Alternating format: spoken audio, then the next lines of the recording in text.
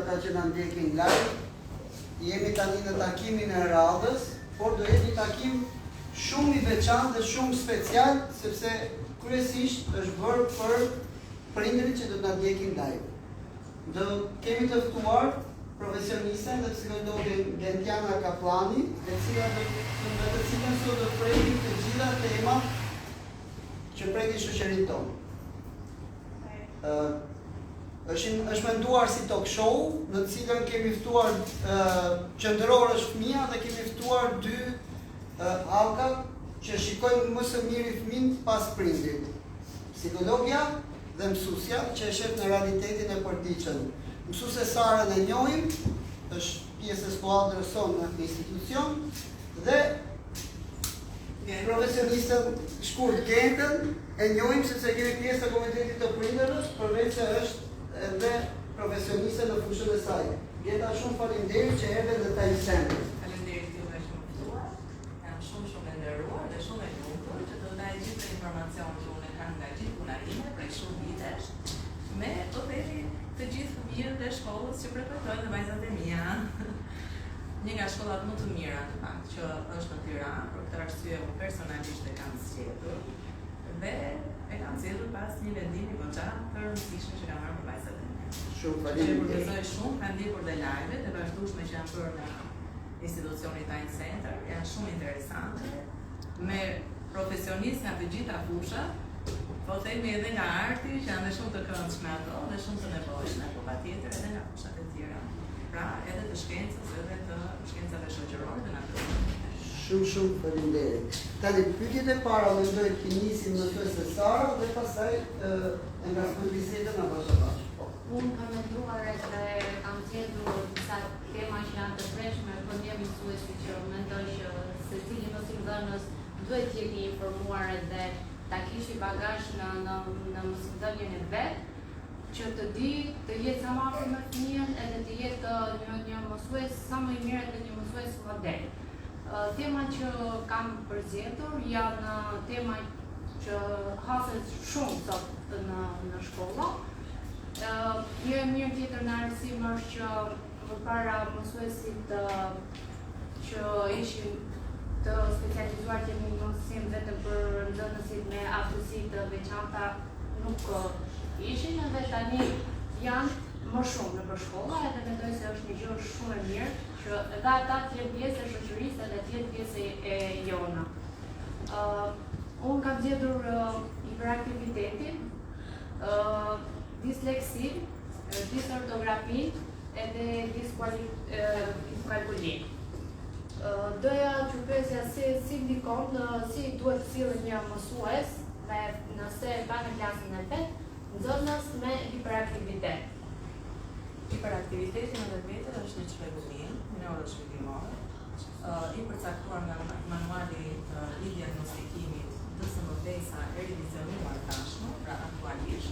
Dhe do të lutesh azeri pak më lart se dëgjojmë më lart. Dëgjojmë më mirë, ose nga ana mjekësore është ICD-ja me ICD-10 që e kemi aktualisht në fuqi. Ne psikologët veprojmë me DSM-5, pra manualin statistikor amerikan, i cili është tashmë deri i shikuar dhe i aplikuar në 2022.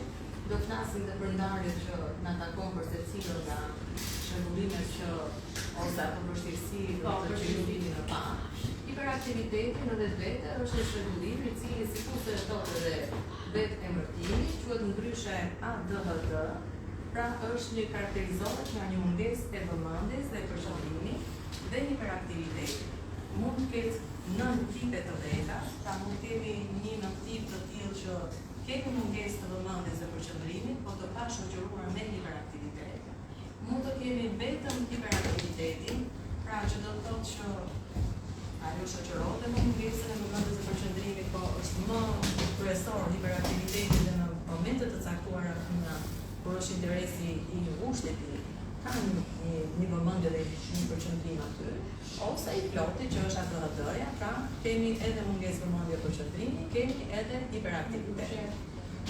Hiperaktiviteti në vetvete është një lëvizshmëri e shtuar, pra një aktivitet i shtuar, më tepër se sa normalja, prandaj dhe quhet hiper.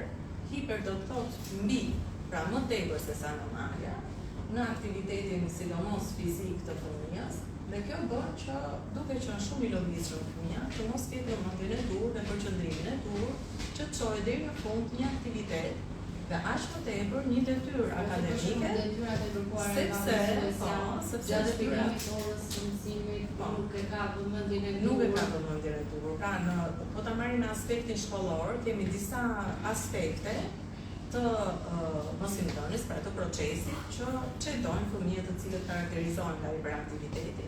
Pra qoftë në pjesën e procesit të dëgjuarit aktiv, që thuhet ndryshe, pra shpjegon mësuesja dhe fëmia dëgjon dhe mëson nga kjo gjë, mirë po, duke pasur një vështirësi të vëmendjes dhe të përqendrimit, nuk arrin dot që do të dëgjojë deri në fund, informacioni i marr është i ngushtuar, pra i përgjysmuar, gjë që bën që të përgjigjja e fëmijës të jetë e cunguar. Nga ana tjetër, domethënë, nuk shkon fare me detyrat të shkrimit, pra të shkruarit apo matematikës, apo hartimit, apo të gjuhës shqipe etj. Në hiperaktiviteti, sepse influencon të pjesa që karakteristikët e hiperaktivitetit është që fëmia do të bëjë shumë gjëra në të njëjtën kohë. Pra do të luaj, do preki shokun, do preki një gjë, do ujin, pra do konsumoj ujin, duhet të patjetër diçka, pra karakterizohet dhe nga ndryshe quhet impulsivitet. Impulsiviteti ndryshon nga hiperaktiviteti vetëm për çastin. Hiperaktiviteti është i gjatë në kohë, impulsiviteti është i shkurtër, po i fortë, intensiv. Kështu që kemi dhe fëmijë që janë impulsiv, por nuk janë hiperaktiv. Ndaj dhe shpjegoj këtë gjë. Pra janë, po themi, karakteristika të ndryshme, po është një çrregullim që ka shumë të vështirë fëmia i cili bën pjesë në këtë çrregullimi që të avancojë në detyrat apo në rezultatet shkollore. A ndryshon në lidhjen e moshës? Pra me kalimin e viteve ndryshon ngulet apo atëherë, në përgjithësi kemi një reduktim të hiperaktivitetit me kalimin e kohës, sidomos kur po themi fillimi i saj është një moshë të hershme. Nuk duhet të harrojmë që në moshën 2 deri në 4 vjeç, fëmia në përgjithësi karakterizohet me një hiperaktivitet. Jo të niveli shumë të lartë, po karakterizohet. Dhe tek disa fëmijë kjo vjen dhe sfumohet, pra reduktohet me kalimin e kohës, dhe te fëmijët pasaj që diagnostikohen më pas me çrregullim të ADHD-s, kjo sa vjen dhe intensifikohet. Dhe ka raste të tjera që intensifikimi ose po themi shkalla e rëndesës vjen edhe thellohet deri në marrjen e medikamenteve. Pra çrregullimi i hiperaktivitetit në nivele të larta trajtohet me medikamente, të cilat janë të specialitetit të pedopsikiatrit, pediatrit zhvillimit ose neuropediatrit. Pra ne si psikolog nuk të mjekim. Për pjesën e mësimdhënies, pra ta lidhim nga edhe për të shtuar diçka, për ta lidhur me pjesën e mësimdhënies, ka disa taktika që mundet që mësuesit ose dhe mësuesit kujdestar, për shembull, apo prindrit kur punojnë baziteve me fëmijën në detyrat e shtëpisë, duket që të jenë në kohë shumë të shkurtër, pra ta ndajnë atë detyrën në episode shumë të shkurtra me pushime të ndërmjetme. Sepse në të kundërt fëmia nuk arrin dot që të ketë vëmendje për një kohë të gjatë. Si bën fëmia për shembull të themi që kur mbaron më shpejt të themi të duhet të mbarohet patjetër që po, përveç se kësaj që ne themi për forcim social, që përveç se fjalës është dhe përgëzimi, po themi me përqafimet, domethënë gjithë mënyrat e ndryshme që dhe prindi ka dhe vetë e tillë për fëmijën e vet, po edhe me ato që ne quajmë përforcues, janë shërbjes, pra që mund të jenë lodra, lojra, aktivitete të ndryshme, kohë e kaluar me shokun apo tek lodrat apo në aktivitete, që prindi ose dhe mësuesi, me aq sa mundet, po prindi me të gjitha i përdorin këto. Kështu që, por, qesër gjithmonë me një timer, vendoset një timer, në një kohë të shkurtër, dhe kjo kohë rritet gradualisht. Pra nuk mund të vendosim neve një timer për një fëmijë që mund të ketë vëmendje deri në 3 minuta, timerin ta vendosim 10 minuta sepse është një diferencë shumë e madhe. Pra ne vendosim për 3 minuta fillimisht, 5 minuta më vonë, 7 minuta më vonë e kështu me radhë, pra në kalimin e kohës. Por këtu flasim për çrregullime që janë të vetë individit, të lindura, të cilat ndonjëherë reduktohen dhe në pjesën më të madhe të rasteve qëndrojnë pothuajse gjatë jetës. Si mund ta zbuloj një prit që fëmia ka hiperaktivitet? Në përgjithësi, e thashtë pak më përpara, gjithmonë bëhet fjalë pa ose bihet re outputi që ka fëmia. Pra, po themi edhe në sjellje, edhe në pjesën e rezultateve që mund të ketë jo vetëm në aktivitetet shkollore, po dhe aktivitetet të tjera që ose detyra shtëpie që i jep lindi. Pra, po themi për shembull të palosi gjërat e veta, të rregulloj kravatin e vet, dhomën e vet, etj. Pra, edhe aftësi që janë të autonomisë praktike dhe ne, që nuk kërkojnë ndonjë efort të madh, por që është çështja e angazhimit në kohë. Që fëmijët që janë domethënë të karakterizuar nga hiperaktiviteti, nuk e bëjnë dot. Pra as një aftësi të tillë që është shumë e thjeshtë, që lodrat në në vendin e vet, në gjërat e veta, sepse është angazhimi në kohë, që ata nuk mundën. Nuk mund të ta bëjnë këtë në pjesë të mirë të rasteve. Kështu që përsëri rikthehem asaj që si strategji është gjithmonë një impenjim në kohë të shkurtër, pra fakt dhe cilësi dhe jo shumë në kohë. Mirë? Ndonjë pyetje nga ana juaj për këtë? Kush ka pasur pak vështirësi? Është një rregullim në fakt që dallohet shumë në moshën 5-6 vjeçare. Sepse e përmenda edhe pak më përpara që vështirësia më e madhe haset në parashkollor dhe në shkollë. Dhe ndaj dhe prindje e vëre shumë të gjë. Po ka raste që edhe 3-4 vjeç, domethënë ne shikojmë direkt pjesën e hiperaktivitetit, sepse karakterizohet me një lodhishmëri shumë e madhe. Sa janë të mësuar sot prindërit për këtë temë dhe të jenë bashkëpunues me mësuesit? Sa janë të ndërgjegjësuar? Sa e kuptojnë që për shembull problemi mund të qëndrojë pak te fëmia? Kjo është një pjesë që u takon personalisht shumë, sepse bën 14-15 vite që unë merrem në këtë fushë, pra me po themi diagnostikimin, vlerësimin, trajtimin e problematikave të fëmijëve që bëjnë pjesë në çrregullimet neuroshëndetësore. Por hiperaktiviteti në të drejtën prindërit janë të mëlqejshëm, e konstatojnë këtë që në hapat e para dhe vinë dhe drejtohen specialistët për të vlerësuar fëmijën në këtë pikë dhe për të kërkuar ndihmë. Është një nga çrregullimet që në fakt vinë. Domethënë nuk hasin ndonjë problematikë të madhe tek ky çrregullim. Do prekim pastaj raste të tjera që ne hasim vështirësi. Gjithashtu kemi edhe disleksik, fëmijë që janë disleksik, që kanë probleme në të... Disleksia, edhe kjo është një shërbim, që në fakt në burim vjen nga vështirësitë e perceptimit, dhe jo vetëm disleksia, po dhe disortografia, diskalkulia, domethënë që ne do të prekim dhe pak më mbas. Perceptimi janë informacione që ne marrim nëpërmjet shisave. Pra, ne shikojmë me syt dhe dallojmë formën e një diçkaje, dallojmë po themi ngjyrën e një diçkaje dhe marrim dhe informacione shumë më të mëdha për këtë gjë.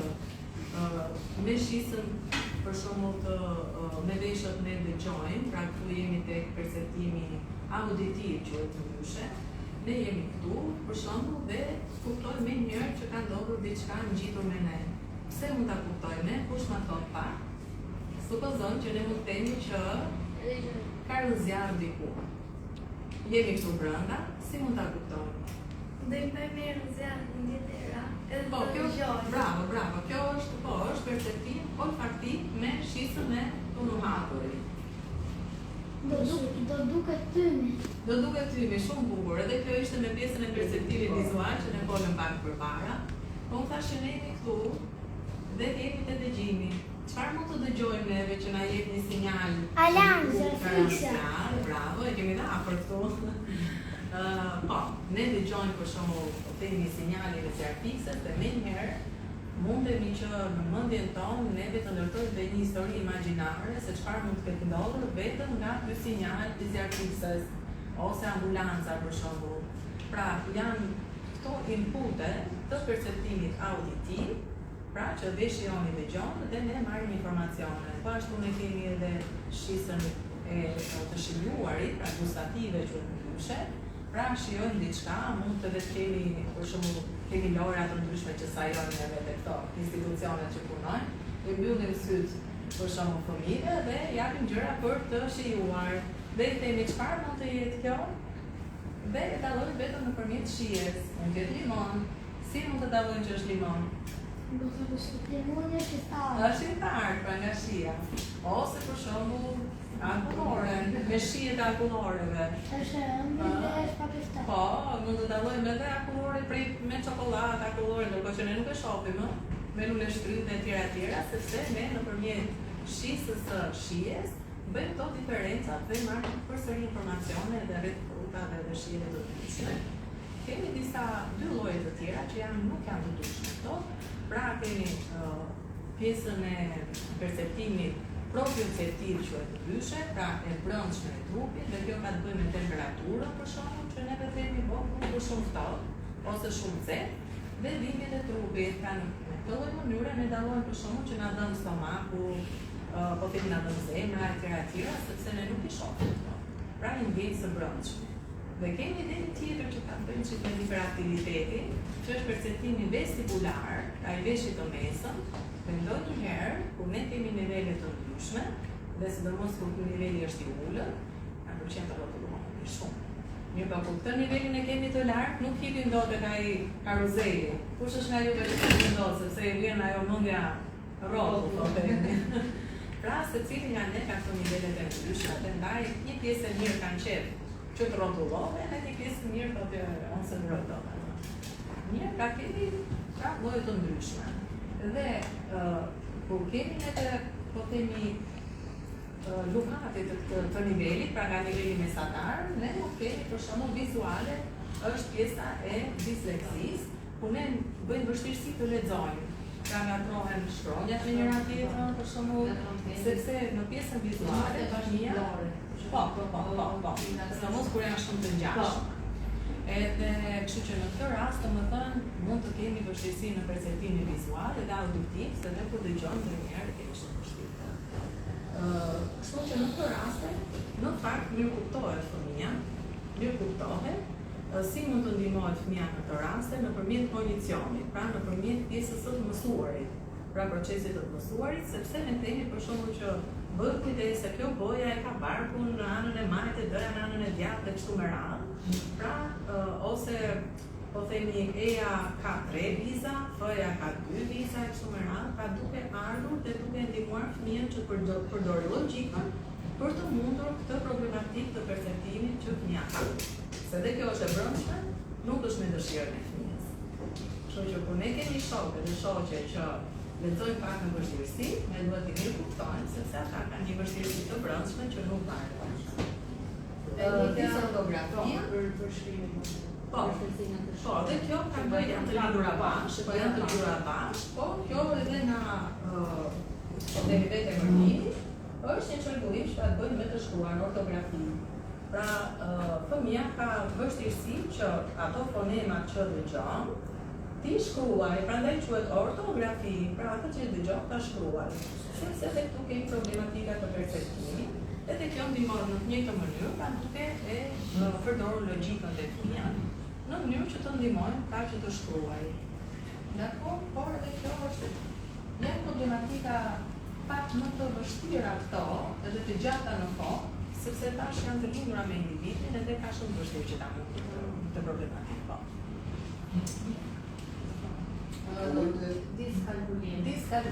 Diskalkulia ka të bëjë me matematikën. Që kemi shumë pritur që duan që fëmia e vet patjetër ta mësoj matematikë. Nisht në matematikë. Kjo ka ngelur, nuk e di, unë edhe Toni e di më mirë këtë gjë, ka ngelur që në kohët e hershme, që të gjithë ishin shumë të mirë në matematikë. Bënë ato olimpiadat e matematikës dikur, kemi qenë vërtet shumë të mirë. Mirë, po edhe kjo është një vështirësi e lindur, ka të bëjë me pjesën e një vështirësie për të bërë llogaritje të mëndë, edhe fëmia ka shumë vështirë që të bëjë qoftë edhe mbledhjet e thjeshta që ne bëjmë me gishta, për shembull një plus 1 = 2 etc. Kështu që edhe kjo është një vështirësi e lidhur me perceptimin, pak e vështirë për të shtrekuar nga se vjen, por që ne marrim të mirëqen që ekziston, dhe të treja këto janë shërbullime që dallohen nga outputi që e fëmija, nga vështirësia dhe procesi i gjatë dhe i vështirë që ai ka për të mësuar këto. Kështu që nga momenti që dhe sidomos kur kalon koha. Do me thënë në sensin që kjo mund të dallohet nga prindi që në moshën 3-4 vjeç, por nuk merret seriozisht, sepse kjo është një moshë shumë e vogël dhe mundet fëmia ta kapëcej vetë, nëse është vetëm një problematikë e lehtë e perceptimi. Mirë, po nëse është vështirësi e lindur, kjo dallohet pastaj në moshën shkollore dhe sidomos ne do konstatojmë pas klasës së parë. Sepse dhe në klasë të parë, fëmijët përgjithsisht kanë vështirësi qoftë në të lexuar, qoftë në të shkruar, qoftë në pjesën aq më tepër të diskalkulimit që vjen të pak më vonë. Si aftësi, por drejt klasës së 2 dhe të 3, kjo konsolidohet edhe, domethënë, nëse është një çrregullim, vendoset diagnostikohet dhe ndihmohet fëmia gjithmonë ta nëpërmjet pjesës së logjikës, që ai ka përdorur. Ose për shembull përdoret shkronja pak më të mëdha që pjesa vizuale të ndihmojnë kështu me radhë. Dhe patjetër me një ndihmë vizuale. Pra nëse flasim për shembull për pjesën e mbledhjeve e zbritjeve, duke i bërë edhe Lora të ndryshme që janë karakteristike të turpofshtit, por nga vështirësia që ka fëmia në shkollë dhe deri në klasën e dytë duke e bërë këtë gjë. Në ditët e sotme na vjen shumë ndihmë makina llogaritse. Kështu që për rastet e fëmijëve që diagnostikohen sidomos me këtë çrregullim, diskalkulim, neve gjithmonë rekomandojmë pjesën e makinës llogaritse direkt dhe mësojmë se si ta përdorë fëmia makinën llogaritse, pa diskutim që rekomandohet që mësuesi ta lejë. Pra të lejuar makinën llogaritse, të ka diçka që sepse ka shumë vështirë. Domethënë mundet në disa raste ne kemi hasur edhe problematika të tilla që fëmia e mëson, që është stadi i përvecimit që ne do ta shikojmë pak më vonë, nuk e mirëmban dot në kohë. Pra nuk e memorizon. Dhe për këtë arsye, për shembull, pra edhe procesi i mësuarit është, si po themi, si një lodhje, nuk po them me kohë, po ka ndonjë frikëzonat, ndaj dhe biremi gjithmonë që të rekomandojmë pjesën e përdorimit të makinës llogaritse. Por rast pas rast, gjithmonë. Ta bëjmë pak më thjesht për prindërit që na ndjekin. Marrin pak realitetin. Shpesh shumica e këtyre gjërave në Shqipëri kanë qenë. Dhe prindi ka atë, nuk e di nëse është fjala e duhur, mani që thotë, dakor, ta ngarkoj, ta ngarkoj, të bëj turistë sport sepse ndoshta kalon. Turizmia tani ndihmon për mirë apo ndihmon për keq? Në rastin se kjo është e konsoliduar, pra në sensin e diagnostikuar me çrregullim, këtu nuk bëhet fjalë për pjesë të fëmijës, sepse kjo është një vështirësi e përmend përsëri, e lindur e fëmijës, pra nuk është në dëshirën e fëmijës, është një pamundësi e fëmijës, dhe nëse neve insistojmë shumë, ja vështirësojmë dy fish. Pra një fish që ai ka pamundësi vetë, dhe herën e dytë që ne insistojmë më shumë se ç'duhet. Dhe në pjesën psikologjike, pra ulbe besimin, rritan këtë e fëmia, bën që fëmia më shumë të shmangi këtë gjë se sa ta përballoj.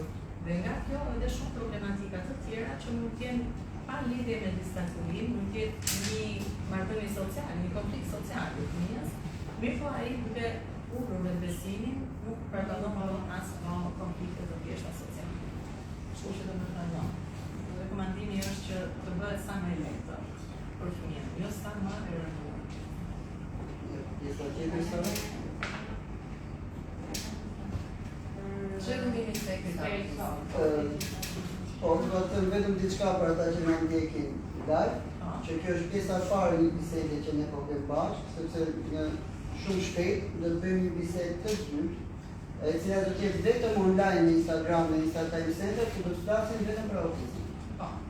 Për tematika e autizmit, për gjithë prindërit që na ndjekin, shumë shpejt ne do të bëjmë një datë dhe një orar që do të flasim posaçërisht për çrregullimin e spektrit të autizmit dhe çrregullimeve të tjera neurozhvillimore që, si po themi, janë lidhur dikur me çrregullimin e spektrit të autizmit, por unë përmenda pak më përpara manualin e diagnostikimit DSM-n, pra pesa në këtë rast, pra aktualisht që është po e rishikuar në vitin 2022, kemi një ndarje midis çrregullimit të spektrit të autizmit dhe çrregullimit komunikimit social, po do ta cekë Radhën tjetër ka në live për të kuptuar më mirë ku është diferenca, pse është menduar kjo ndarje, domethënë si funksionon në ditët e sotme, si kanë evoluar edhe pjesa e trajtimit dhe ndihmës që ne japim fëmijëve që bëjnë pjesë në këtë shpërndim që është tashmë shumë i përhapur. Statistikat flasin për 1 në 36 fëmijë, janë statistika jo botërore, por të Shtetet Bashkuara të Amerikës.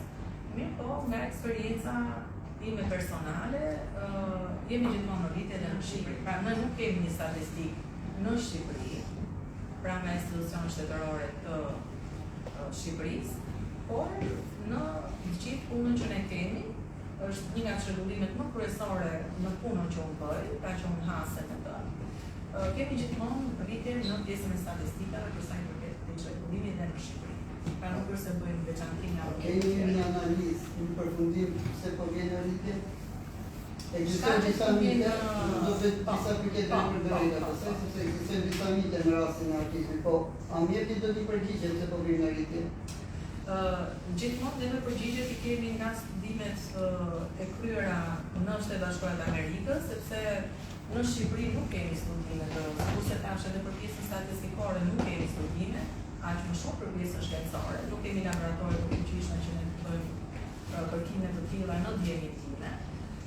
Por referuar kërkimeve dhe studimeve kërkimore Shtetet Bashkuara të Amerikës, shkaqet janë më të ndryshëm. Sigurisht që çrregullimi i spektrit të autizmit është një çrregullim me bazë gjenetike, pra nuk janë faktorët ambiental që shkaktojnë çrregullimin e spektrit të autizmit, është një çrregullim i lindur me fëmijën, që jo domosdoshmërisht hereditar, pra gjenetik do të thotë i vetë kombinimi të ADN-s së vetë fëmijës, pra në gjenezë të fëmijës. Nëse pastaj ne kemi faktor hereditar, që do të thotë në familjen e ngushtë apo dy familje të mbajtur të prindërve, merren në konsiderat, por që në përgjithësi Amerika e ka vulosur që është një çrregullim i gjenetik i vetë fëmijës. Studime të tjera janë kryer për sa i përket neurotransmetorëve, pra janë neurone të cilat transmetojnë informacionin nga jashtë që ne marrin nëpërmjet perceptimit, gjuhës kuptuar etj. Dhe pjesës pasaj trajtimit që ne i bëjmë, të informacionit dhe sjelljes, pra reagimit që ne bëjmë. Dhe mendohet që te fëmijët që janë në çrregullimin e spektrit të autizmit, kjo lloj përcjellje nuk bëhet në mënyrën e duhur, pra transmetorët nuk e bëjnë në rrugën e duhur këtë gjë. Mirë, por kjo është në nivel studimor, akoma nuk është e miratuar nga ODSH-ja, se ka diskutim që është organizata botërore shëndetësisë, e cila jetë dhënë këtyre studimeve kërkimore. Kështu që akoma nuk e kemi shkaqe të determinuara, të forta, mbetet pjesa gjenetike më kryesorja, dhe të tjera pastaj janë plotësuese. Do i lutesh atë gjithë prindërve na dërgojnë pyetjet dhe shqetësimet në lidhje me temën e autizmit, të cilën do ta ndjekim së shpejti live. Do të bëj vetëm 2 pyetje, përveç se e kemi lënë për një temë live. Janë të shumta në këto live që kemi bërë këto ditë, pyetje që vijnë nga prindër që kanë këtë problem. Domethënë, pyetja e parë, a ndikon vaksina përpara moshës 1 vjeç? Besoj ke dëgjuar, është një vaksina e cila akuzohet që të jetë lidhur në disa raste nga prindëri, të jetë lidhur me çrregullimin e spektrit të autizmit është MRNA, është vaksina që bëhet në moshën 1 vjeç dhe një dozë e dytë plotësuese në moshën 5 vjeç. Akuzohet gjithmonë ajo e 1 vjeçarit, pra që fëmia bën 1 vjeç, më përpara ishte 18 muaj, tashmë me protokollin e ri është 19 muaj që bëhet kjo vaksinë.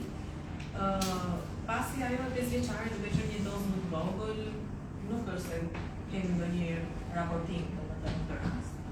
Personalisht në punën time kam shumë prindër që e referon këtë gjë, pra që fëmia ka qenë me reagime shumë të mira para vaksinës 1 vjeç dhe reagime të tilla që janë reduktuar pas vaksinës e deri në reduktimin dhe të fjalëve që fëmia ka thënë. Kur flasim për fjalë, janë fjalë të vogla, sepse është fëmia e moshës, pra mama, baba, nene, dada, domethënë në formë të tilla, por komunikuese, ndahen nga bindësimet të cilat janë pa ndonjë qëllim, dhe ato janë bindësimet të shkojnë 6 muajsh deri në 8 muajsh për shembull, pra që janë karakteristike dhe fëmia i përsërit këto tingujës e roke gati në mënyrën e pandërgjeshme. pra të përsëritura, pa ndonjë tendencë komunikimi, ndërkohë që mama, baba, dada për jashtë për shembull ose uji, varësisht se si mundet në atë zhargon familjar të themi, po. Edhe kanë raportuar që i kanë thënë këto fjalë dhe i kanë radhuar gati dhe pra harruar fare. Pra nuk i kanë përdorur. Mirë po, çështja është, ose fakti është që sërish ne i drejtohemi instruktimeve përtimore dhe gjithë rregullave të OKSH-s, që thotë që vaksina nuk shkakton çrregulimin e spektrit të autizmit. Pra është një legjendë, është një kurs e pabazë. Do me thënë, nuk mund të them që është një legjendë, sepse ka dyshime, por do me thënë, në mënyrë zyrtare, po, zyrtarisht thuhet jo. Pra, zyrtarisht përgjigja është jo. Mirë, ajsa në Shtetet Bashkuara është thjesht për kuriozitet kjo. Në Shtetet Bashkuara të Amerikës nëse ki shkruan në të rrjetet sociale që vaksina ka shkaktuar autizmin te fëmia i ndiqet penalisht. Për më thënë kanë arritur deri në pikë sepse e çoi pak votën në si po them një konkluzion të gjithë këtyre gjërave. Pyetja e dytë dhe të tjera pastaj do të diskutohen te takimi live. Po. Fëmijë me spektrin autizëm. Ju mendoni duhet të studiojnë në shkolla bashkë me fëmijët e tjerë, edhe që kënë mësuese ndihmës, por duhet të kërkojnë një ndjesë të gjithë prindërve, nuk duhet të bëjnë ndarje fëmijësh, pra thjesht duhet të shpjegoj thelbin, është rëndësishme si është më mirë, pra për t'i ndihmuar prindrit që e kanë këtë problem, është më mirë që fëmia me këtë spektër të studiojnë në shkollën me fëmijët e tjerë, apo duhet të studiojnë ndarë, në institucionet të ndara. Atëherë, para se t'jap të përgjigje, ose një postulat është që të gjithë fëmijët që bëjmë pjesë në një çrregullim neuroshëndetësor, pra pavarësisht në një çrregullim neuroshëndetësor, ata duhet të kenë një mësues mbështetës. Pra dhe fëmia që është i diagnostikuar me ADHD, duhet të ketë një mësues mbështetës. Dakor? Sepse e ka pamundur që të mundet të fokusohet. Po, vetë ju, kështu që i duhet një mësues mbështetës. Pra jo vetëm çrregullimi të spektrit të autizmit, pavarësisht faktit që mbetet një nga çrregullimet më dominante. Kjo është, si po themi, është fakt tash. Mbetet një nga çrregullimet më dominante në të gjithë shtetet, ka Amerikë, Shqipëri, Europë, mbetet një nga çrregullimet më dominante. Në Shtetet Bashkuara të Amerikës, po zë vendin e parë, diabeti është në vend parë, do të thënë jemi aty për statistikë. Dakor, tani themi që është një çrregullim që zë vend. Rekomandimi është që fëmijët të cilët kanë vështirësi, por dhe do shpjegoj pastaj kur mundet të bëhet kjo dhe kur nuk mundet të bëhet, të cilët kanë vështirësi, por kanë potencialitet pa diskutim në shkollat normale me fëmijët normal, sepse marrin modelin nga fëmijët normal, pra fëmijët me zhvillim tipik, dhe duhet patjetër që të kenë mësuese mbështetëse, sepse pa diskutim që duke pasur vështirësi, ata duhet që këto vështirësi t'i lehtësohet. Pra, mësuesi mbështetës, terapist apo mësuesi specializuar, po themi, nuk ka rëndësi.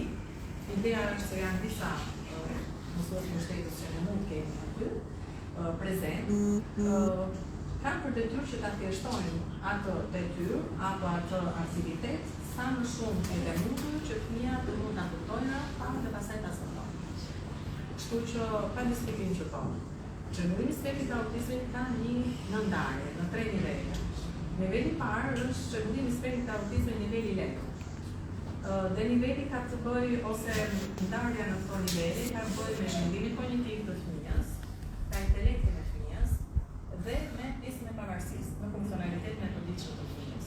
Fëmijët që janë, se do flasim më gjërësisht në temën tjetër, po lindet kjo dhe deri ku jam e dëgjuar ta shpjegoj, që janë në nivel të lehtë, mundet që të arrijnë vetë, në fakt nuk e arrijnë vetë që të marrin pjesë dhe në aktivitetet e përditshme. Fëmijët që janë në nivel mesatar mund të bëjnë disa prej tyre, pra disa prej këtyre aktiviteteve që janë të lehta, nuk arrijnë dot ato që janë pak më të vështira, pra akademike. Dhe fëmijët në nivel të tretë që është sever, e rënduar, nuk arrin të bëjnë asnjë aktivitet pa ndihmë. Pra 24 orë. Për 24 ata duhet të kenë një person kujdestar. Në ndryshëm, në shtëpi është prindri, në shkollë është terapiste, etj. Në qendër është terapiste e kështu me radhë. Fëmijët që bëjnë pjesë dhe individët e rritur që bëjnë pjesë me këtë nivel të tretë, nuk rekomandohet që të jenë në shkolla tipike, pra normale, sepse nuk arrin dot që ta përfitin të informacion. Pra ata shkojnë në shkolla specializuara dhe në qendra specializuara. Ndërkohë që fëmijët në nivel të mesit dhe të lehtë, po, ata mundet që të frekuentojnë pra një shkollë. Është fakt apo një që fëmijët me spektrin autistik janë gjenin në një fushë të caktuar. Jo, nuk është fakt, nuk Marrin është shumë në Thomson. Njeriu i shiut. Atëherë, nëse ne i referohemi këtij manuali të diagnostikimit, DSM-5, po themi, deri në DSM-4, ka qenë një ndarje në çrregullimet preventive të zhvillimit, të shkruar në atë kohë, dhe kemi pasur çrregullimin autizëm infantil të kanerit, pra autizmi ndryshe. Një ndarje tjetër që ka qenë çrregullimi i Aspergerit. Çrregullimi i Aspergerit është një nga çrregullimet që i përkasin kësaj kategorie, pra individ të cilët kanë një prirje të caktuar të lindur, pra një talent të lindur, me një IQ, inteligjencë jashtëzakonisht të lartë, mirë po që qëndojnë shumë në pjesën e sjelljes dhe në pjesën e ndërtimit pranë sociale. Pra vështirësia e tyre është që komunikojnë në mënyrë të rregullt me tjetrin, të ndërtojnë marrëdhënie sociale, të zhvillojnë empatinë, të njohurinë, disa aspekte që ne do t'i flasim më vonë. Tashmë nuk ekziston kjo ndarje, të gjitha këto janë të përfshira në shërbim me spektrin e autizmit, por po, kanë një pjesë të fëmijëve dhe individëve, se normalisht është një talent që shoqëron individin deri në fund të jetës, të cilët jashtë pa diskutim që jepet një prioritet shumë i madh, sepse ata duhet ta bëjnë shumë mirë atë gjë që kanë talent. Pra mund të jenë gjeni në të talentin e tyre. Në rregull, kalojmë Atëherë, fëmijët me autizëm fizuar fizike. Si duhet të sillemi, si duhet Pa diskutim që dhe kjo është një vështirësi jashtëzakonisht shumë e madhe për individin që ka këtë kufizim, është sikurse edhe ne e vërtimi që kemi vendosur aty. Kemi kufizime në të gjithë përdorimin e pjesëve të trupit, pra në aktivitetet fizike, për shembull si në këtë rast që janë në të ecë dorë. Gjë që e kufizon fëmijën që të marrë pjesë në një pjesë të aktiviteteve të përditshmërisë, sidomos në poshte, shkolla etj. Sepse individët të rritur pastaj pa diskutim që ata gjejnë profesionin e tyre brenda mundësive që ata kanë, por që në të lloj mënyre ose në këtë aspekt ne duhet të jemi shumë empatik me fëmijët që kanë përfshirë të tillë, pa diskutim që po duhet të ndihmojmë që ata aktivitete që ata nuk i realizojnë dot, ne mundet t'i përfshijmë me sa mundësi të kemi, që do të thotë për shembull në rastin e fjalë ose në siç e kemi në futboll, ne shumë mirë të vajzën mund ta vendosim në rolin e një gjyqtare në momentin që ne luajmë në volejboll, basketboll, në futboll, pa ju përfshirë në aktivitet. Pra ajo ndihet e përfshirë, jo e përjashtuar, për shkak se kësaj vështirësie që ka. Pra, pa diskutim që ne kemi mënyra, dhe kemi aktivitete, dhe kemi momente që ne mund t'i përfshirë ata të ndjenë të përfshirë, të mirëpritur në pjesën e po themi gjithë shoqërisë, të ndërtojnë shoqërinë e tyre, pra të mos kenë kufizime në jetën e tyre, të mos e ndjejnë këtë gjë. Po, mos e ndjejnë të veçuar, se të mos e ndjejnë të pjesë kufizimi që ata kanë. Janë edhe fëmijët me probleme me sindromën Down pastaj. Sa e njëjta pyetje, duhet të jenë në klasa Të veçuar apo të veçuar? Speciale, ja. Okej, çrregullimi i ose sindroma Down është një nga sindroma me kemi ndryshe dhe sindroma e lumturisë. Janë fëmijë shumë të dashur, shumë të qeshur, kanë sfidat e tyre, se milestones ose gurët themeltar të zhvillimit arrihen vonë nga fëmijët me sindromin Down në pjesën më të madhe të rasteve dhe ato fizike, pra ecura vjen shumë vonë, për shembull, aktivitete të tjera, folura po ashtu. Mirë po, karakterizohen nga pjesa sociale, janë shumë sociale, shumë të dashur, dhe pa diskutim duke pasur të pjesë të tillë, mirë priten edhe nga shoqëria dhe nga fëmijët. Sigurisht që gjithmonë rekomandimi jo vetëm për sindromin Down, për të gjithë këto çrregullime që ne folëm deri tani, rekomandimi dhe si do themi ftesa për të gjithë fëmijët është të mirëkuptojnë, t'i afrojnë, të kenë shoqërinë ose t'i përfshinë në shoqërinë e tyre, por ka momente që pastaj në sjellje kanë vështirësitë e tyre, sepse nëse nuk i përcojnë ato dëshirat e tyre, ndonjëherë impulsiviteti i karakterizon dhe kalojnë dhe në sjellje agresive në ndonjëherë, por duhet mirëkuptuar sepse nuk është shpesh kjo gjë. Duhet mirëkuptuar, po janë fëmijë dhe individ të cilët mundet të kenë një funksionalitet të përditshëm shumë të mirë. Si duhet të reagojmë në rastin e një sjellje impulsive? Në rastin e një sjellje impulsive me fëmijë dhe jo vetëm me fëmijët që bëjnë pjesë të sindromit Down, po edhe në shërbime në spektrit të autizmit apo dhe hiperaktivitetit, impulsivitetit, që karakterizohen apo nga çrregullimi i opozicional, pra dhe i kundërshtimit, që edhe këto janë ose çrregullimet e sjelljes, që janë karakteristike në pjesën e agresivitetit të tyre. Në sjelljet agresive gjithmonë bllokohen. Pra sjelljet agresive dhe autoagresive gjithmonë bllokohen fëmia, që do të thotë bllokohen duart apo këmbët, apo po themi gjymtyrë që fëmia përdor, bllokohen shumë për një kohë shumë të shkurtër, pra 3 deri në 5 sekonda, ftohet fëmia të qetësohet dhe lihet i lirë, që të nuk ta vetë menaxhojë të sjelljen. Nëse nuk e arrin dot, atëherë përsëritet si procedurë disa herë, por nuk mbahet gjatë, sepse është fraksioni i sekondit që dallon normalitetin në ndërhyrje nga një jo normalitet, ose një ndëshkim i tepruar që ne themi që prek integritetin e fëmijës dhe nuk qetësohet.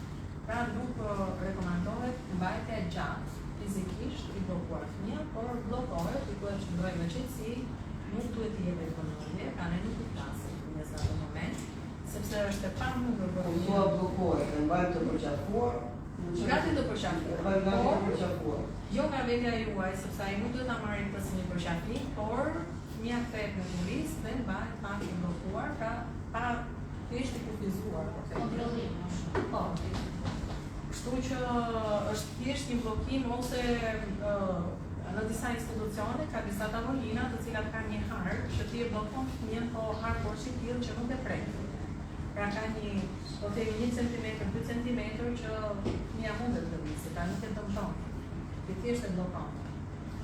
Sepse absolutisht nuk lejohet që fëmia të dëmtojë tjetrin, të vetë dëmtohet dhe ne ta shikojmë, apo të shkatrojë ambientin, sepse këto janë rregulla sociale që nuk duhen bërë për secilin individ. Në momentin që është i bllokuar, fëmia vërtet shtypet portazësh pas fëmijës për të ulur zërin, apo ti çfarë do të bëjë? Mësuesi ose prindi, personi që përveç se faktit me një zë neutral, jo të larg, po të prerë, pra neutral, kur themi neutral, qetësohu, zëri duhet jetë i prerë, as si po themi dashamirës dhe as në inat, sepse fëmia lexon emocionin dhe e merr përdorësi emocionin tuaj. Kështu që qëndrohet neutral strikt, vetëm qetësohu. Asnjë fjalë tjetër sepse është dakord. Në atë moment fëmia nuk e është jashtëzakonisht shumë i turbuar truri i fëmijës në atë konfuz në atë moment, edhe nuk e trajton dot informacionin tuaj, përveç se merr si një sfidë zërin tuaj. Kështu që nuk duhet lënë më shpejt. Gjithashtu kemi prerur edhe një temë tjetër që është shumë delikate sot dhe shumë e përhapur, siç është autizmi. Dhe këtu do kalojmë më gjatë, sepse te kemi të demonstruar edhe me disa roleplay dhe kemi të demonstruar ku do përfshijmë dhe fëmijët që kemi në publik. Po, derisa fëmijët e roleplay të bëhen gati, lutem, unë do të bëj disa pyetje doktoresha për prindrit në lidhje me etapat e zhvillimit të fëmijës. Duke filluar që nga çerdhja e merat, si rekomandoni ju? A janë nevojshme institucionet arsimore dhe kur do të fillojë bashkëpunimi dhe procesi në këto institucione? Atëherë, Personalisht, unë rekomandoja çdo prind që të ishte shumë i qartë në të gjitha etapat e zhvillimit të fëmijës, pavarësisht se kjo mund të duket që i takon vetëm një profesionisti, qoftë në fushën time apo në fushën tuaj, por dhe vetë prindi duhet të njohë fëmijën e vet, që nga momenti i lindjes e deri në momentin që shkëputet nga prindi ka 18 vjeç.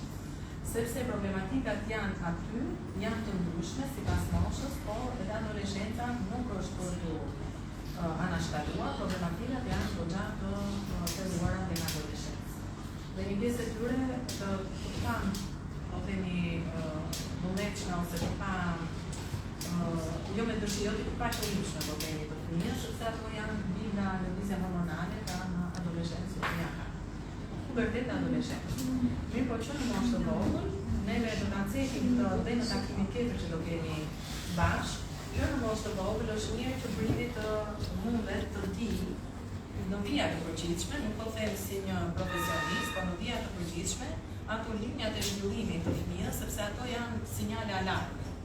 Pra nëse fëmija nuk arrin ato burët elementar në kohën e duhur, ne duhet të shqetësohemi për këtë gjë. Pra ka diçka që nuk po shkon te fëmia.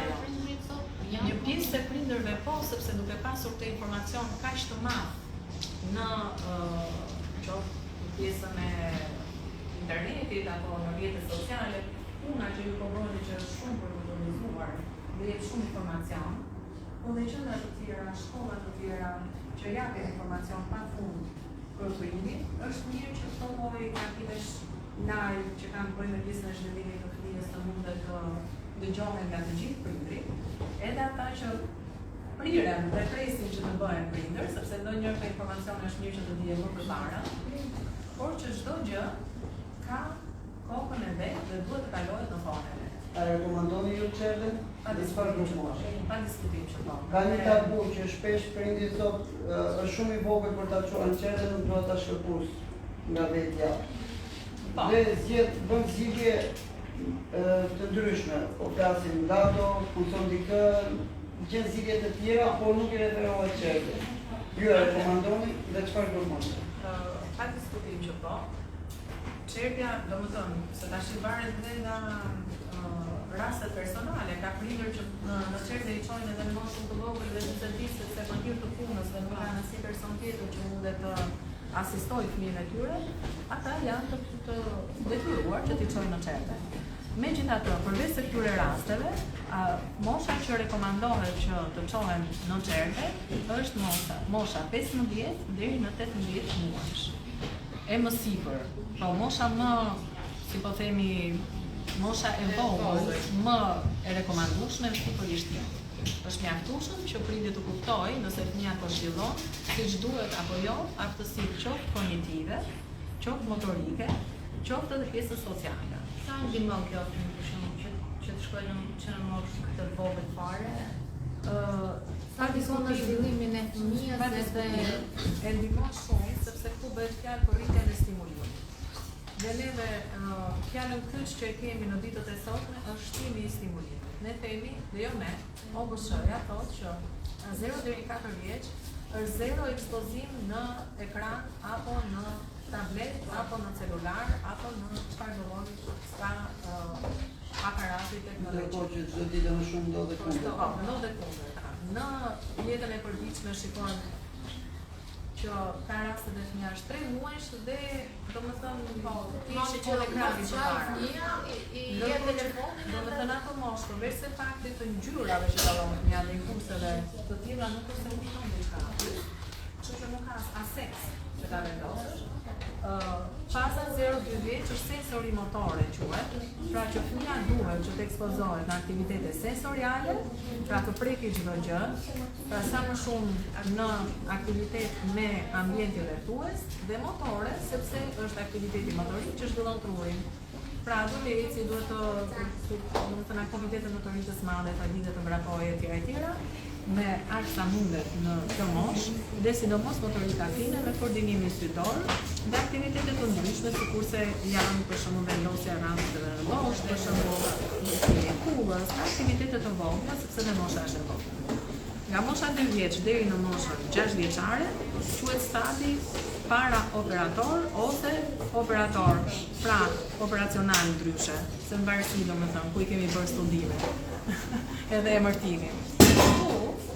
Jemi te pjesa që neve eksplorojmë, shikojmë një model, drejtohemi nga edukatorët nga zyshat dhe neve pra mësuesit dhe ne mësojmë nga këto aktivitete. Ndaj dhe shumë e rëndësishme, nëse neve si po themi e kufizojmë këtë stimulim, sepse nuk kemi shumë të sigur se sa po e stimulon gradoja në shtëpi, gjyshja, që prire më shumë që ti duan një zonëra atje, pa diskutim që po. A keni bërë ju një dallim në studimet e juaja me një fëmijë që I kanë ndjekur hapat shumë I ri, pra e kanë nisur qerdhen në moshë shumë të re, dhe me një fëmijë që nuk e kanë nisur atë. Që nuk e ka kryer qerdhen ose e kanë nisur brapa. Duhet të jemi sinqert, studimet ne kemi kryer, po I kemi kryer për sa I përket shërbimit spektrit autistës, sepse ka qenë edhe tema ime e mbrojtjes të studimeve të mia pas universitare, dhe pa diskutim fëmijët që kanë qenë në shërbim të spektrit të autizmit, që kanë marrë një mbështetje sa të hershme, shumë të hershme, flasim për moshën 12-15 muaj. Pra çerdhe, qendër dhe stimulim nga prindit, ecuria ka qenë shumë më e mirë dhe drejt funksionalitetit të gati tipik, pra për fëmijëve tipik në krahasim me ata fëmijë që kanë marrë vetëm stimulim në një ambientë, pra vetëm në shtëpi ose vetëm në qendër dhe nuk kanë frekuentuar pra kopshtin apo qerdhen. Cila është këshilla që do t'i jepi prindërve sot? Pa diskutim, para ekraneve, zero para ekraneve, nuk ka pse. Pa diskutim që neve si po themi në ekrane apo në kompjuter apo në këtë aspekt, mundet që të fillojmë dhe të ekspozojmë fëmijës pas moshës 5 vjeç për mua, sepse atëherë fillojmë dhe këto mini projektet që bëjnë edhe kërkimet në internet për të marrë sa më shumë informacion, para kësaj moshës nuk ka pse. Ose, domethënë duke ardhur duke u rritur me kohë kufizuar. 0-2 vjeç, absolutisht jo. Jemi në një fazë sensorimotore, unë e përsëris sërish, që s'ka lidhje fare me pjesën e internetit. Pra, kur flasim këtu, stimulimi duhet jetë sensorial, motor, nuk ka pse. Domethënë nuk është një moshë që mundet të nuk kupton asgjë.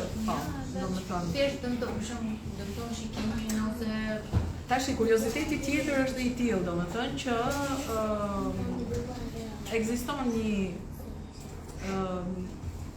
një sit, po themi, interneti që ka bërë një studim goxha për pjesën e ekspozimit në ekrane, ku vëre që rrezet elektromagnetike të nëshuara nga celulari, kompjuteri, televizori, çon në dëmtimin e funksionimit të trurit të fëmijës.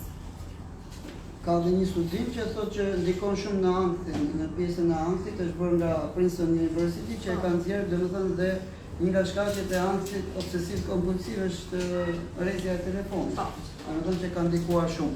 Mirë, do kalojmë tek tema që na prek të gjithëve, mësues, nxënës, prindër, që është bullizmi.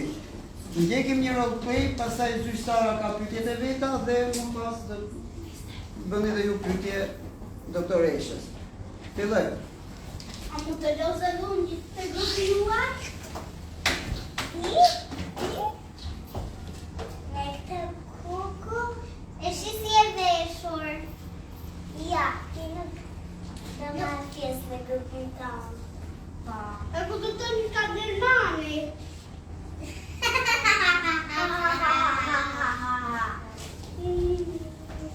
Nësë qaj. Snajë këta, kjo nuk është pjesë e grupit tonë. Edhe kjo dëruar, të që jemi të barabartë.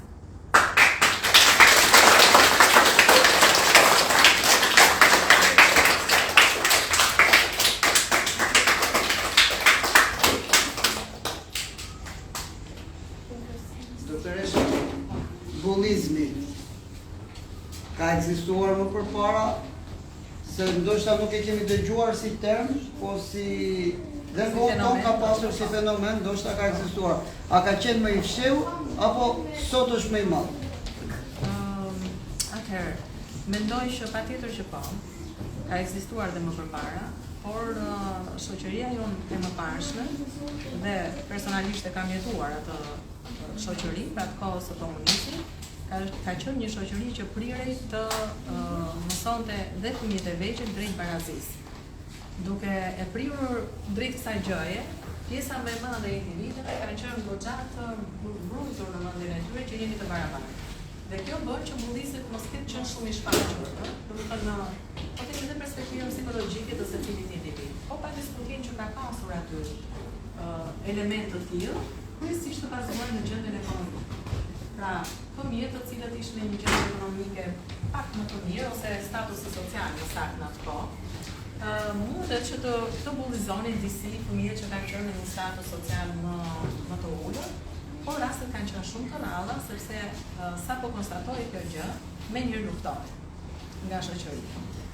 Ndërkohë që në ditët e sotme ne nuk e kemi këtë qasje, dhe shqyr që se kemi këtë qasje të barazisë, sepse është një utopi, nuk mund të ekzistojë, por kemi edhe këtë gjë tjetër që nuk ekziston më, që shoqëria nuk është kaq alerte ndaj episodeve të bullizmit që të punojë me fëmijën që bullizon. Pra, ose në rastin edhe po themi më kritikues, po them, se dua të përmend terma të tjera, ka dhe prindër të cilët e justifikojnë këtë gjë, që ta kritikojnë këtë gjë. Pra, duke thënë edhe këtë pjesën që shikoj, fëmia imja del vetë, domethënë është i pari, është kështu. Sa duhet të trajtohet si temë, për shembull, në rastin kur krijohet mund të janë shkolla, siç janë orët e hapura, që ta fusin si temë mësimore, mësuesit vetë. Pa diskutim që kjo duhet jetë e përditshme, kjo duhet bëhet edhe në edukatën, po themi, sociale. Rregullat sociale për mua duhet ishin një lëndë vete, kjo edukatë sociale ekziston. Unë studimet i kam bërë në Francë personalisht, studime universitare, dhe ne kemi pasur një lëndë që quhej edukata e kulturës franceze. Pra, domethënë, në moshë të rritur themi, mendoj që pa diskutim në moshat e të vogla është pjesë e gjithë kurrikulës, domethënë shkollore. E mendoj që është shumë e rëndësishme dhe në Shqipëri që të krijohet një lëndë e tillë, për sa i përket rregullave sociale dhe edukatës dhe kulturës së mirë. Nga ana tjetër duhet të them diçka, dhe kjo është edhe për ne, edhe për prindërit të gjitha, që bullizmi tashmë shumë shpejt do futet si një çrregullim.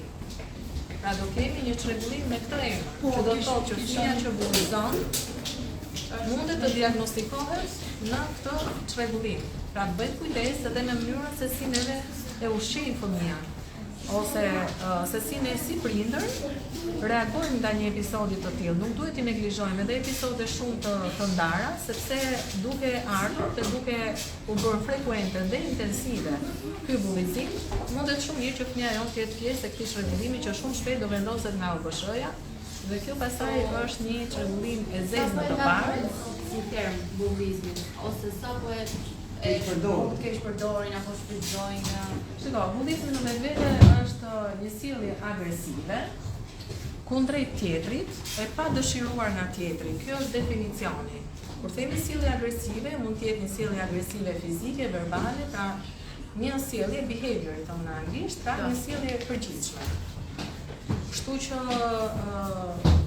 e para ju duhet jetë intensive, duhet jetë agresive, duhet jetë frekuente, duhet jetë e pa dëshiruar nga tjetri.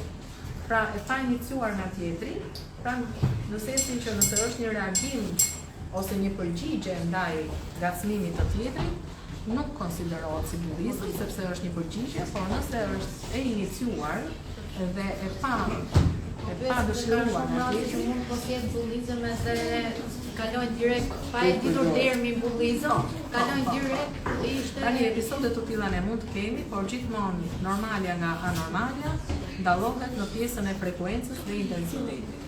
Ne do e cekim pak dhe kur flasim për çrregullimin e spektrit të autizmit, se një pjesë e sjelljeve dhe atyre sinjaleve të alarmit janë prezente edhe te fëmijët tipik, por nuk janë frekuente, nuk janë intensive, nuk mund të përbëjnë një element diagnostikimi. Okej, do ndjekim dhe pjesën tjetër të përgatitur enkas për të temë.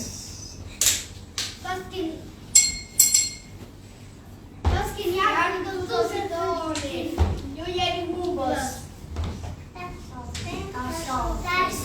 all.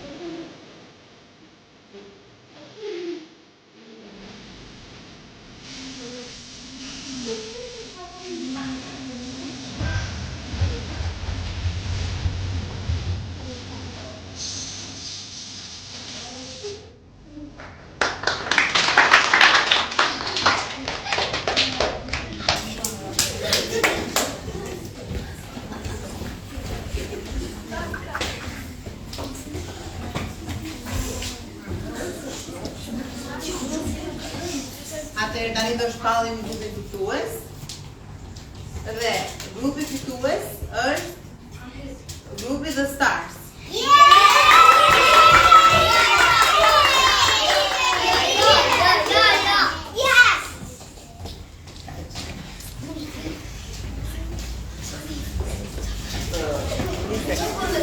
Pra ishte një demonstrim i diçkaje që ne shohim shpesh në jetën tonë përditshme.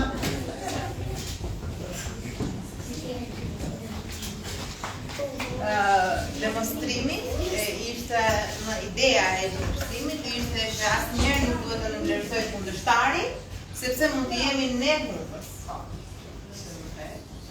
Dhe jo në ose po themi në pjesën e të rasteve kështu ndodh. Personi i cili bullizon shpesh nuk është më i aftë. Pra nuk është fëmia që ka më shumë aftësi apo më i mirë rinjallës e tjera. Ka mungesë vetbesimi tek vetja edhe shpesh jetë edhe pjesë kompensimi, pra në sensin që mospranimi i humbjes apo i një disparte e tjera dhe bullizon pikërisht atë fëmijë që është deli pari ose e konkuron në një farë mënyrë. Kështu kisha një seri pyetjesh faktikisht. Xhelozia, toksiteti, zilia, a janë këto faktorët e bullimit dhe a janë smundje? A klasifikohen si smundje? Jo, dhe veta nuk klasifikohen si smundje, domethënë ato mund të jenë simptoma të çrregullimeve të ndryshme, pra mundet të bëjnë pjesë në sindroma, në simptoma, por nuk mund të jenë çrregullim në vetvete. Pra zilia nuk është një smundje apo një çrregullim në vetvete. Mund të jetë një simptom, mund të jetë thjesht një karakteristike e individit, gjë që shtyn që reagimet e individit të jenë dhe të fëmijës në këtë rast të jenë përtej normale, të pa justifikuara, mund të jenë edhe sikurse e thamë agresive ndaj tjetrit, dhe në këtë rast është një formë. Pra mund të jetë si një shkak të bullizimit, por duhet që reagimi të jetë agresiv. Kur fillon, domethënë apo ka të përcaktuar Mund të zhvillohet? Po. Tani për bete, pak e vështirë Jo, që normal po flasim për pa diskutim që edhe për çfarë veçesi. edhe më përpara, pa diskutim edhe më përpara. Besoj shembull shoqëria, shpesh ajo që ambienti ku rin ndikon më shumë me ambientin në cilin rrin. Dhe shpesh që unë përmenda pak më përpara që studimet tani po kryen dhe shumë shpejt mendoj që do jetë pjesë e DSM-s në pjesën e rishikimit, bëhet rishikimi pothuajse çdo 2 vjet apo 3 vjet një rishikimi i manualit të diagnostikimit dhe po mendohet shumë që të kthehet në një çrregullim dhe nga ky moment nëse kthehet në çrregullim, çrregullimet në përgjithësi janë të lindur. Pra, domethënë ka një predispozit të lindur. Pjesa pastaj e përforcimit, pra ambiental, pa diskutim që po, por që sjelljet të cilat janë të shkaktuara nga përforcimi social, ndryshon përforcimi social, ndryshon sjellja. Pra, që do të thotë që nëse ka një situatë në klasë për shembull ka bullizuesin edhe të bullizuarin, si duhet të reagojnë mësuesja? Si duhet që qëndrimi i mësuesës? Sigurisht që gjëja e parë që duhet bërë është që trajtohet problematika midis 2 fëmijëve që në gjenencë, që në fillimet e veta dhe në pjesë më të madhe të institucioneve kemi në kamera, pra që mund të shikojnë edhe secili nga fëmijët ka iniciuar po themi këtë konflikt që kanë pasur fëmijët me tyre, po mbi të gjitha një episod nuk është se përcakton bullizëm në vetvete. Pra fëmia që ka predispozitën për të bullizuar do e përsërisë atë gjë. Dhe këtu pastaj ne flasim për të punuar me atë fëmijë, si mund të punojë, pa diskutim ne do flasim për rasti sociale të mira. Pra, që unë kam listuar 8 prej tyre, ku ne mundet që të angazhojmë fëmijën që karakterizohet nga kjo tendencë e bullizimit, pra në pjesën e zhvillimit të empatisë, po themi angazhojmë më shumë në të pjesën e shpërndarjes, për shembull të fletave, të narkraf, për shembull, pra lidhjet lironë, po themi që gjithë kjo pjesa e të qenurit në qendër vëmendjes të kthehet në një gjë pozitive. Pra jo në qendër vëmendjes në qendër vëmendjes duke sulmuar fëmijët, në qendër vëmendjes duke ndihmuar fëmijët. Si ndihmojmë me një aktivitet që nuk kërkon një efort shumë të madh, po themi intelektual, por që e angazhon. Dhe ose për shembull të ndihmojë një tjetër, pra piketoj një pikë fortë, se çdo fëmijë ka pikë forta e tij dhe kjo pikë fortë e tij për shembull priret ose nxitet fëmia që të ndihmojë një fëmijë tjetër që nuk e ka me detyra apo punë në grup. Po. Kështu që pra priremi gjithmonë që ta vendosim në një rol që ta ndihmojë të zhvillohet pjesa e ndihmës dhe empatisë, pra drejt tjetrit. Pra që fëmia të marrë vëmendje për këtë gjë pozitive dhe jo për pjesën e artësive, domethënë ose sjelljes të mira që janë mundësuese. Sa po bëhet gati PowerPoint-i tjetër për atë që ju keni përgatitur për bullizmin, kam të një pyetje tjetër.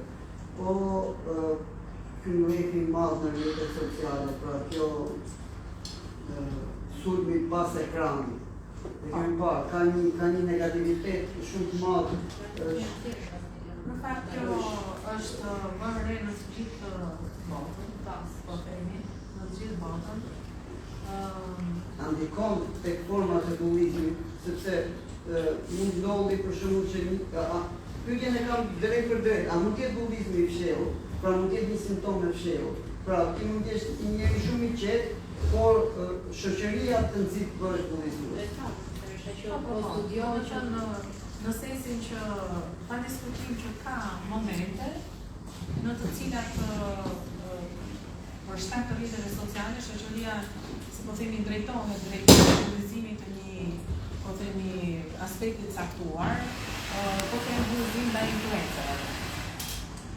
Pra, influencer mund bësh çdo person, nuk ka pse të jetë patjetër me ndonjë veti sportisti më i mirë, këngëtarja më e mirë etj. Pra influencer mund të jenë edhe individ që nuk kanë një aftësi shumë të madhe, thjesht kanë aftësinë për të shitur diçka, për të influencuar me një pikë të tyre, me make-upin, me veshje, me gjëra. Dhe në përgjithësi janë individët të cilët bullizojnë në mënyrë të fshehur më shumë. Pra, komentet janë më negative të mundshme. Komentet janë të tilla që bullizojnë edhe kampanja jashtë. Sepse nëse është një kritik për një diçka, për një veprim caktuar, nuk quhet bullizim, por nëse ti gjykon dhe paragjykon tjetrin për një veti të jashtme, është një pjesë e bullizimit. Pra, është një anë bullizuese. Kështu që pa diskutim, domethënë vëmë re. Kjo është më shumë një fenomen social që i takon më shumë sociologëve që mund të priren edhe ta studiojnë që pse ndodh kjo. Ndërkohë që për sa i përket pjesës psikologjike individuale të individit, në pjesën më të madhe të rasteve kur individët janë të paplotësuar në vetveten e tyre, kanë tendenca që të bullizojnë tjetrin për të gjetur si një mekanizëm mbrojtës. Domethënë për të ndjerë mirë, sulmojnë tjetrin, por është një lloj sulmi që nuk është e fshehur, pra nuk delet shumë bilet ballë për ballë, kështu që mundet të bëhet të mirë nga një tjetri. Ju keni përgatitur një PowerPoint? Po. Përsa i përket pjesës arsive sociale, ka arsive të mira sociale, si një komponent të ndërtimit marrëdhënies sociale, shumë të rëndësishme. Do isha që kjo të merrte një vëmendje shumë të mirë edhe nga ana e prindërve, dhe gjithë specialistëve dhe profesionistëve të fushës, sepse këto janë arsi sociale që zhvillohen që të fëmijët bebe. Pra që të bebet, ne mundet të zhvillojmë empati, ne mundet të zhvillojmë rregulla sociale, ne mundet të zhvillojmë pjesën e respektimit të hapësirës së tjetrit, pra nga reagimi jonë si prindër. Pra merrim në konsiderat që edhe foshnja që në ato fazat e para të lindjes, po themi, është një individ që arrin të kuptojë shumë. Studimet kanë arritur përfundimin që edhe fetusi mundet të kuptojë. Kupton nga zëri nënës, kupton nga emocionet e nënës, sepse nëna është një personi i parë që e mban fetusin në barkun e saj, dhe sigurisht që aty janë sensacione më të mëdha dhe ka një memorie shumë të mirë fetusi që në barkun e nënës. Dhe me lindjen e foshës, që në atë moment ne bëm rregulla që në pjesën e komunikimit, foshja komunikon në përmjet të qarave, reagimi jonë është një reagim që e përforcon, ose jo, një sjellje e caktuar të foshnjës. Pra, nëna e dallon kur e qara është një tek e foshnjës dhe kur e qara është për një arsye biologjike, pra për qumshin, apo organike, pra kur është smur, apo kur duhet të ndrohet. Dhe të qarat janë të ndryshme, na e kupton shumë mirë, kështu që reagimi jonë duhet jetë i menjëhershëm në rastin e shqetësime organike shëndetësore apo do të themi të autonomisë praktike, pra ndrimi pampersit e tjera, por ama duhet jetë një qëndrim neutral në formën e tekave. Kështu që duhet pasur shumë kujdes që në hapat e parë. Dhe kështu që i listoj pak, para se të listojmë këto, sigurisht që është shumë e rëndësishme që të kemi arsi sociale të mira për të punuar me individin dhe me fëmijët, sepse ne ndërtojmë raportet shëndetshme në shoqëri, në familje, në punë. Kemi një shëndet mendor dhe emocional të gjitha shumë të mirë ndërtuar nëse këto arsi sociale konsolidohen që në hapat e para. Pa diskutim që kemi rritet arsive kognitive, të arsyetimit, të zgjidhjen e konflikteve, problemeve, në marrjen e vendimeve, sepse duhet sikur të kemi nuk merr vendime, por realisht për gjërat e veta, pa diskutim që merr vendime, dhe duke qenë edhe shumë alert që në hapat e parë që kemi mësojnë fëmijët tanë në të aspekt, ata do jenë shumë më të qetë në marrjen e vendimeve të tyre, të marrjen e vendimeve të tyre. Pra jo ato, jo të tyre. Do kemi menaxhim të mirë të vetes, të emocioneve, të frustrimit, të inatit, të xhelozisë. Pra, sepse këto janë ndjenja që pa diskutim që ne do na ndjejnë nga situata të ndryshme, por janë pa kontrolluar, është emocioni i parë, ne themi sekonda e parë nuk kontrollohet, por ne njëherë pastaj neve e marrim veten dhe ne menaxhojmë. Dakor, kështu që domethënë pikërisht angazhimi i fëmijëve në këto arsi sociale bëjnë që të fitohet kjo gjë, pra zgjidhja e konflikteve, vetë menaxhimi i emocioneve, shëndrimi kognitiv. Kështu që të kaloj pak edhe flasim pak në slajderin tjetër, për sa i përket konsolidimit të aftësive sociale, po jo vetëm, ne kemi një mënyrë të mësuarit, pra që përdorim disa strategji, jo vetëm për aftësi sociale, por edhe për aftësi kognitive dhe aftësi të tjera. Kështu që një rrugë është përpunimi informacionin nga eksperiencat individuale. Pra, eksplorojmë diçka dhe mësojmë nëpërmjet eksplorimit. Pra, vetme. Një rrugë tjetër është informacioni mësuar nga të tjerë, pra i drejtuar nga tjetër, nga prindi, nga mësuesi, nga një rritur tjetër. Një tjetër është ose i drejtuarit e këne, pra, mësuarit të drejtuar. Një tjetër rrugë është informacioni mësuar nga modeli i tjetrit, pra fëmia shikon një tjetër, pra jo çdo gjë ne mund ta eksplorojmë, sepse normalisht nuk mund ta kemi mundësinë e gjithë situatave, eksperiencave të botës. Është gjë e mirë për shembull që të krahasojmë frikën me një tjetrin, apo Nuk është mirë, nuk është mirë aspekt do prapë të prindë kam shumë që unë kam binjakë ju e dini tash. Edhe jo, absolutisht jo. Edhe ato se cila ka karakterin e vet, temperamentin e vet, nuk duhet krahasuar, sidomos vëllezër e motra. E mira e prindit është që fëmia të mësojë ta krahasojë veten me veten e vet në kohë. Pra në rritemi, duke krahasuar veten tonë si kemi qenë, si do jemi e kështu me radhë. Pra, fëmia duhet të krahasohet me veten e vet në kohë. Të marrim modelin e fëmijës tjetër, por jo të krahasojmë fëmijën tonë me fëmijën tjetër. Dakor? Pra ai mund të mësojë nga modeli i fëmijës tjetër, por duhet krahasohet me veten e vet. Informacioni marr nga kultura që ne jetojmë, sepse secila nga vendet kanë kulturën e vet. Madje edhe brenda vendit ne kemi kultura të ndryshme, pra Jugu është i ndryshëm, Veriu është i ndryshëm, Shqipëria mesme ka kulturë tjetër, pa diskutim që ne i respektojmë të gjitha. Tirana është konglomerat kulturash, duhet kuptojmë edhe nga cila kulturë vijmë secili nga ne. Pra në mënyrë që nuk po them të tolerohet, por deri diku domethënë të mund të kuptojmë ne nga se vjen sjellja e fëmijës dhe të përcaktojmë shkaqet, që ne ato shkaqe pastaj t'i luftojmë ose t'i përmirësojmë po themi në pjesën e reagimeve të fëmijës. Kështu që më thoni pak se kam pyetje për ju këtu tani.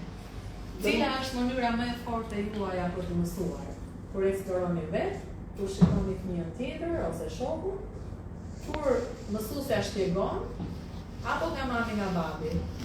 Të keni ju pikë më të fortë dhe të preferoni, janë dy gjëra të ndryshme. Omar. Dhe global. Okej, marrim mëson më shumë nga modeli i dhënë nga mami dhe babi. Po Eli. Kush do t'i bëj vetë gjërat? Unë mësoj nga mësuesi, po kam qef që të eksploroj vetë. Të eksploroj vetë. Ander? Kam qef të gjë vetë. Bravo. Tani do të lëke pjesa pyetje, përgjigje. Ne kemi një parim doktoresha që nuk ka pyetje të këqija, nuk ka pyetje të shëntuara, ka përgjigje të gabuara. Për ndonjë pyetje të tepruar të kërkojmë falje, fillojmë shpejt me pyetjet. Ander. Se zgjodhe të bësh psikologe? Në fakt, zgjedhja ime si psikologe ka qenë shumë mirë e menduar, sepse preferoj shumë që të ndihmoj njerëzit. Kjo ka qenë dëshira ime që e vogël. Dhe prirja e parë ishte doktoresh, sikurse janë të gjithë fëmijët që duan të bëhen doktoresh. Mirë po u rita dhe pash që duheshin nga 10 vite të mira për të bërë doktoresh. Kështu që aspekti tjetër që mund t'i vijë në ndihmë të individit dhe të njerëzve është psikologjia. Kështu që më tërheq shumë si shkencë, sepse kanë bëjë dhe në pjesën e studimit të gjithë personalitetit të individit dhe personalitetet janë nga më të ndryshme dhe kjo është e bukura e gjithë botës që ne kemi personalitetet të ndryshme dhe për të thënë që po themi ideja ime e parë pas studimeve të psikologjisë ka qenë që të merresha me të rritur. Ndërkohë që puna ime e parë ka qenë në një qendër që merret me fëmijët. Dhe aty kuptova që ndjesia e nënësisë të punë ka qenë e zhvilluar që në ato kohë, që unë nuk isha nënë, por ashtu më vonë nënë, dhe mendova që pse jo, me fëmijët të ndjesha më mirë. Edhe kjo ka qenë, nuk ka qenë zgjedhja ime me thënë të drejtën që të merresha me fëmijët që në fillim, por ka qenë praktika që unë pata në atë qendër, që bëri të kuptoj që unë jam shumë më tepër e dhënë te fëmia. Po. Si ke mësuar të bësh psikologe? Zemër, pak a shumë është pyetja e njëjtë me shoqe. Si apo pse? Si. Atëherë kam bërë studime për psikologji, të cilat i kam bërë në Francë, pra në një shtet tjetër, sepse gjithmonë kam bërë frëngjisht në shkollë, kështu që ishte gjua e zotëruar më e mirë, pra e zotëruar më mirë nga ana ime, dhe zgjota Francën për të bërë studimet e mia. Kështu që kam studiuar 5 vite në Francë dhe pastaj në Shqipëri. Po Ajsa. Ajsa më shtet të ish një psikologe? Është e vështirë, me thënë të drejtën, është e vështirë, sepse tash ke të bësh me personalitete të ndryshme, edhe me njerëz të ndryshëm, po të gjitha profesionet kanë ato vështirësinë e vet, në fillimet e tyre, sikurse ju i keni bërë edhe me shkollën, që në fillim është pak e vështirë kur fillon shkolla, po pastaj fillon të mësojnë gjëra dhe bëhet më e thjeshtë, kështu është me profesionet tona. Po Evi?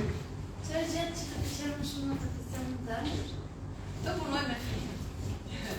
Është gjëja që më pëlqen më shumë, ti ndihmoj fëmijën, pa diskutime dhe prindërit, po shumë e fokusuar dhe më e pëlqyeshme për mua është puna në drejt për drejt.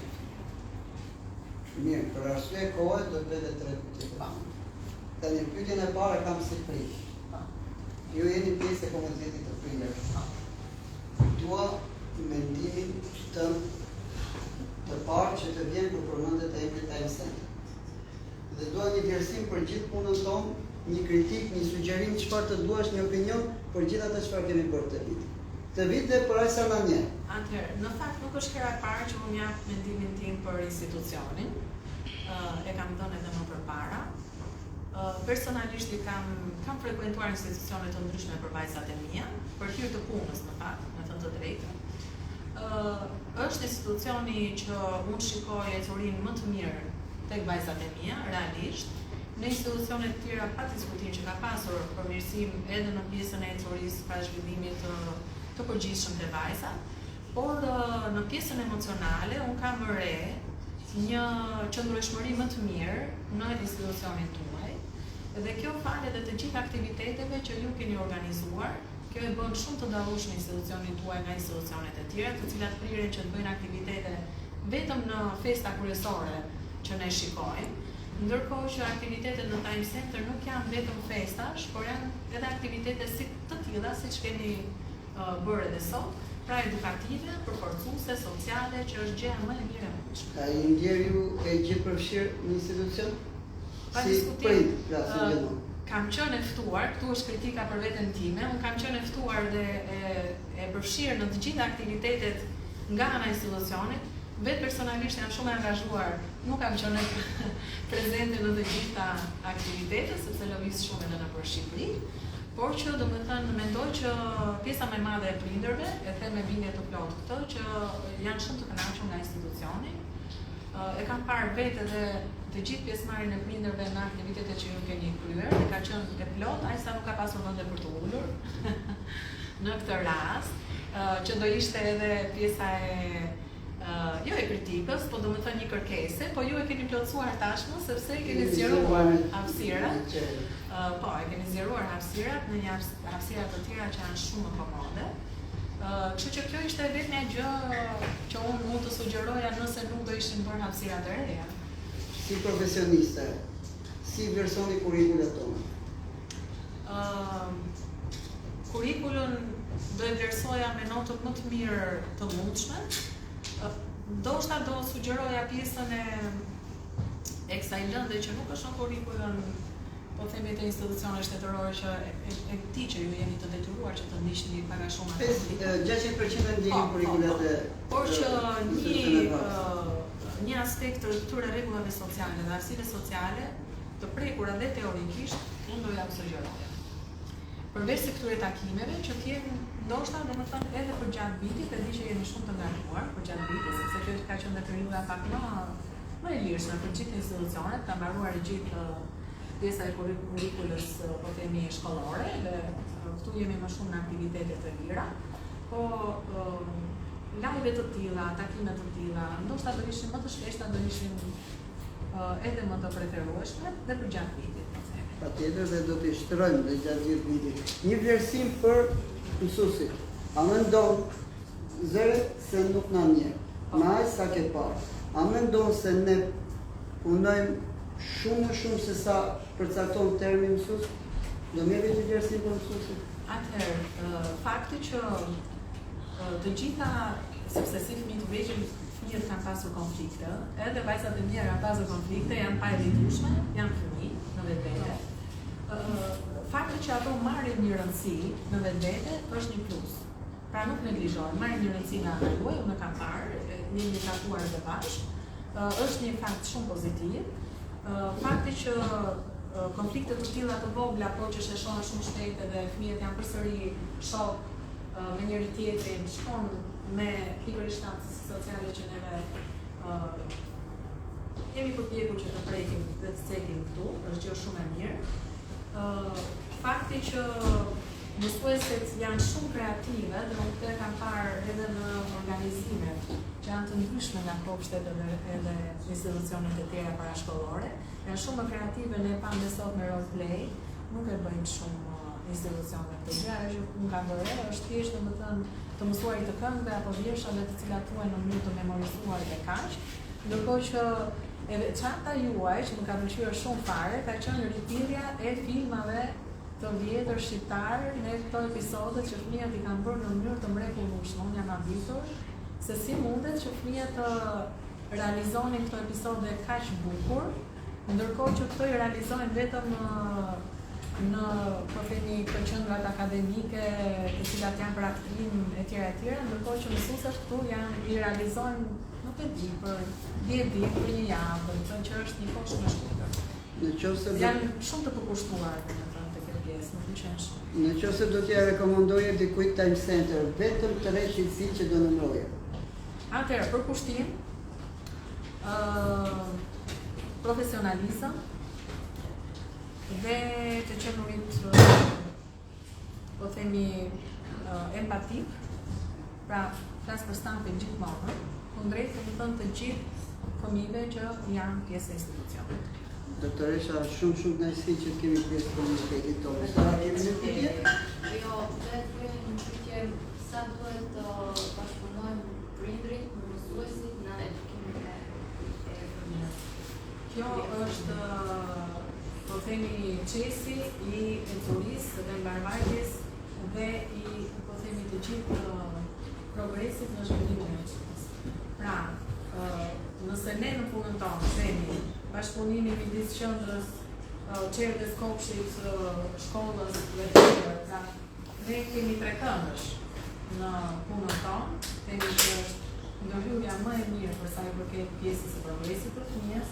Këtu nuk kemi 3 këndësh, se normalisht pjesa më e madhe e fëmijëve kanë zhvillim tipik, pra kanë problematika të tjera, po jo në pjesën e zhvillimit. Atëherë bashkëpunimi mësues dhe prindër është shumë i domosdoshëm për pjesën e vazhdimësisë, qoftë të pjesës po themi të zhvillimit të fëmijës, qoftë në pjesën e arsive sociale ose të ardhënies sociale. Dhe shpeshherë duhet të marrim më shumë vëmendje në perspektivën time pjesa sociale, sepse akademike është vetë kurrikullës, pra duam ne kemi pjesë të vogël. Kështu që pa diskutim plusi është tek pjesa e rëndësisë në arsive sociale. Edhe një herë për të gjithë ato që na ndjekin live, e theksojmë do të jemi në një takim tjetër të drejtë për drejtë për çështjen e autizmit dhe çrregullimet e tjera, por kryesisht për çështjen e autizmit. Duke filluar nga 2 shtatori do të fillojmë me sezonin akademik dhe kemi parë këtë ditë që e kemi quajtur ditë nxemjes, po thrasin profesionistë të fushave të ndryshme për t'i ardhur sa më në ndihmë prindërve. Ju falenderoj që na ndoqët, faleminderit dhe miru takofshim. Faleminderit.